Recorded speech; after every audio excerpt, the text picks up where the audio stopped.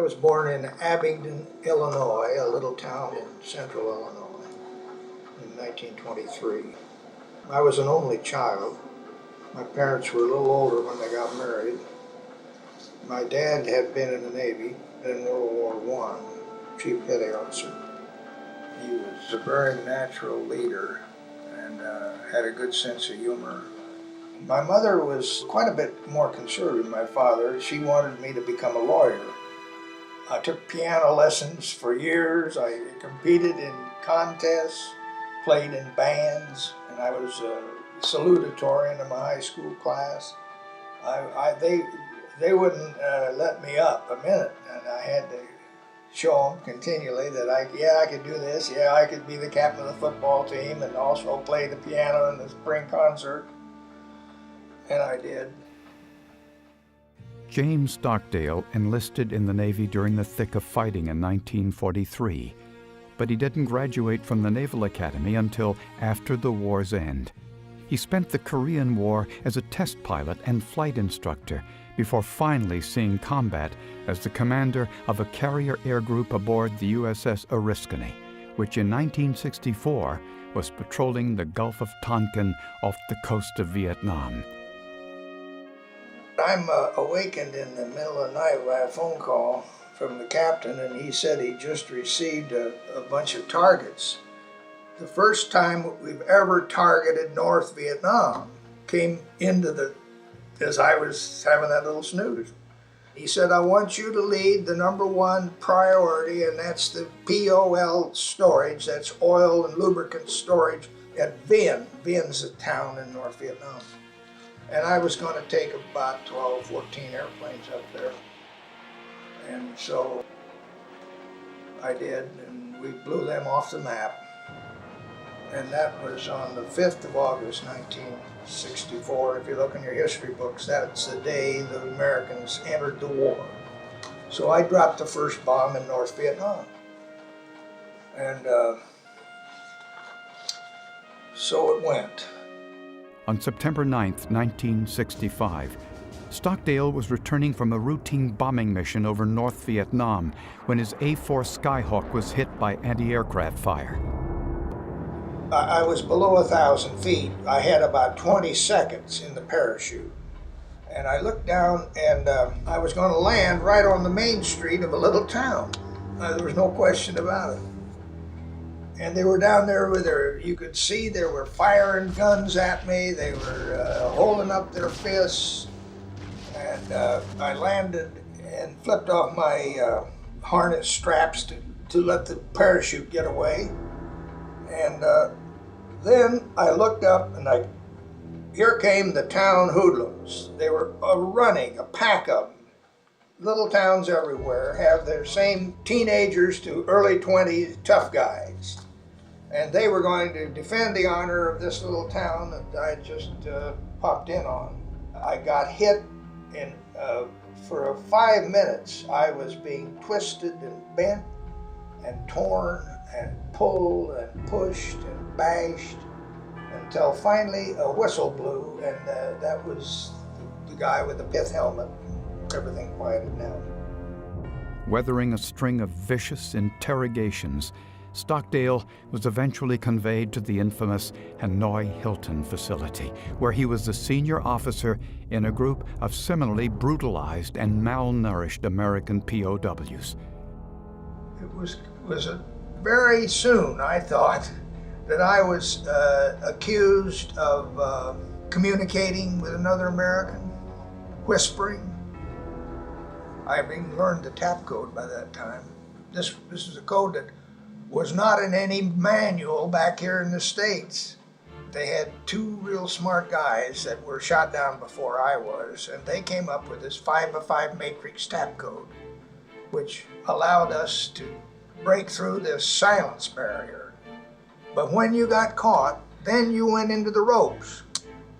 The first thing they did was they bind your arms and get so they're pulling them against your back, and then finally you're doubled over and the guy's standing on your back and he's pulling him while that's all shutting off blood circulation.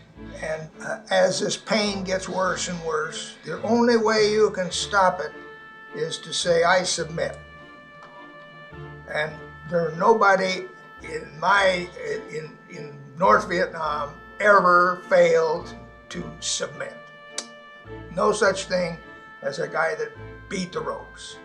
My good friend, Nels Tanner, had the wit, under all this pressure, when asked who in your squadron turned in his wings rather than to fly against the heroic Vietnamese people, he said there were only two, Clark Kent and Ben Casey.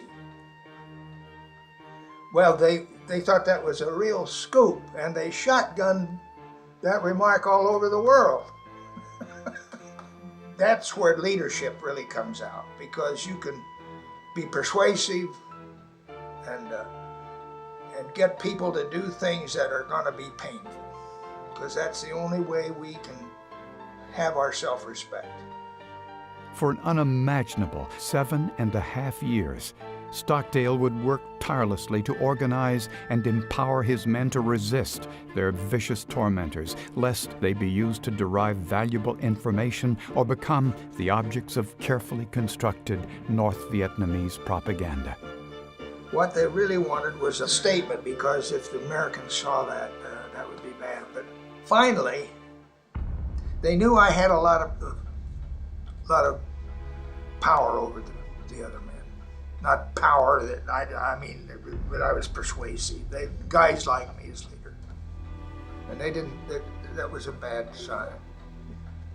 They were giving me the ropes twice a week, probably, and finally they said, "Okay, now tonight we're going downtown." So here. Guard, take him over and we'll take a shower, bathe, and clean up. I said, okay, now we're going to do it. I said, I'm going to make myself, when you look good on the camera, I don't want to be that way. I'm going to cut a swath down my head with this razor so that they will never take me downtown with looking like that. So I'm there, and I'm going like this, and I'm making progress, and I'm getting the hair out. And then finally, he came back the second time, and he said, "Yow!" And he had seen blood all over my shoulders, because I didn't know I'd skinned my head while I was doing it. So here I was standing there naked with hair. Well, they looked at me, and I was just like a mess. I sat down I just took the ropes position. I laid down there right where they would put the ropes on me, and they said, "Get up, you have no right to the ropes." And I thought, wow, this is something new. And then they said, "Now, what will the senior officer say tonight?" And they said, "We'll go get a hat. That's what we're going to do." So they leave and they make a hat. They go out to get a hat. And so I found a stool that was heavier than any of these chairs. So I just started bashing my face, my cheekbones with that stool. And that's why the doors were moving, because they want to know what in the hell was going on in there, because they could hear just swat, swat, swat, swat. But anyway, I kept that up. And when they came back in again, there was no question about it. My eyes were swollen shut. They went away, and that was the end of that night. I lay down and I cried that night, right on that floor.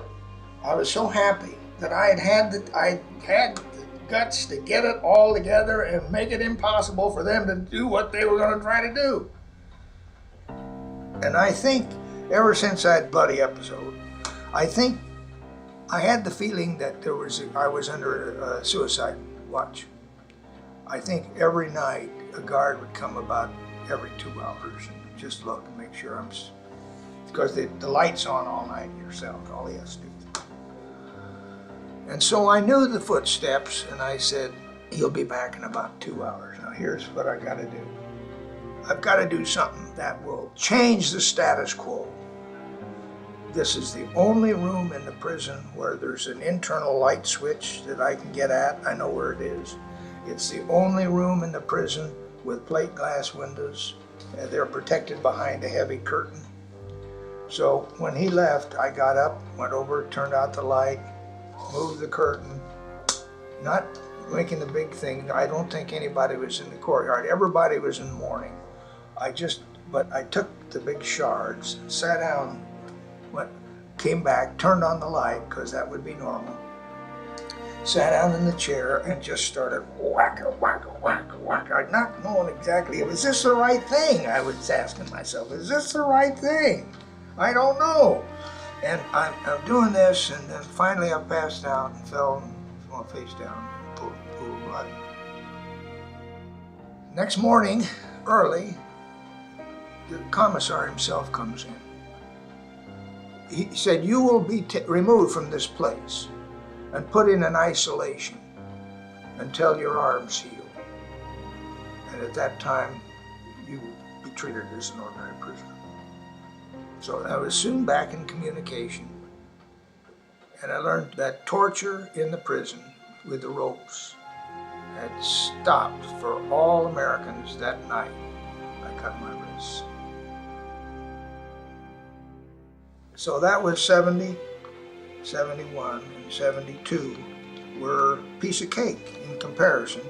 We lived like you would in a regular prison. In 30-man rooms, there was some movement, but the whole problem was solved, except for the war, and that got solved when the B-52s came in. Jim Stockdale, a Navy carrier pilot, was shot down over Vietnam in September 1965.